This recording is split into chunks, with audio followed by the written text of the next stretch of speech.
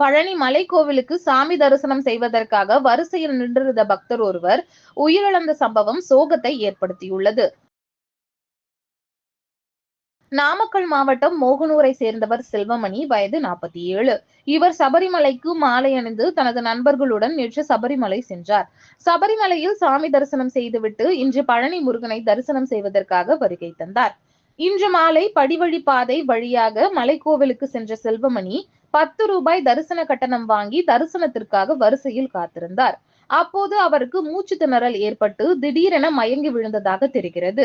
இதையடுத்து அவரை மீட்டு பழனி அரசு மருத்துவமனைக்கு சிகிச்சைக்காக கொண்டு சென்றனர். பழனி அரசு மருத்துவமனையில் சிகிச்சைக்காக அனுமதிக்கப்பட்ட செல்வமணியை பரிசோதித்த மருத்துவர்கள் அவர் உயிரிழந்து விட்டதாக தெரிவித்தனர். சபரிமலைக்கு மாலை அணிந்து சாமி தரிசனம் முடித்துவிட்டு பழனி கோவிலில் சாமி தரிசனம் செய்வதற்காக வரிசையில் காத்திருந்த பக்தர் ஒருவர் உயிரிழந்த சம்பவம் பக்தர்களிடையே பெரும் சோகத்தை ஏற்படுத்தியுள்ளது. கடந்த சில தினங்களாக திருச்செந்தூர், ராமேஸ்வரம், தஞ்சாவூர் போன்ற முக்கிய கோவில்களில் பக்தர்கள் உயிரிழந்த நிலையில் தற்போது பழனி கோயிலிலும் பக்தர் ஒருவர் உயிரிழந்த சம்பவம் பரபரப்பை ஏற்படுத்தியுள்ளது. புதன்கிழமை இரவு 8:30 மணி அளவில் கிடைக்கப்பெற்ற தகவல்.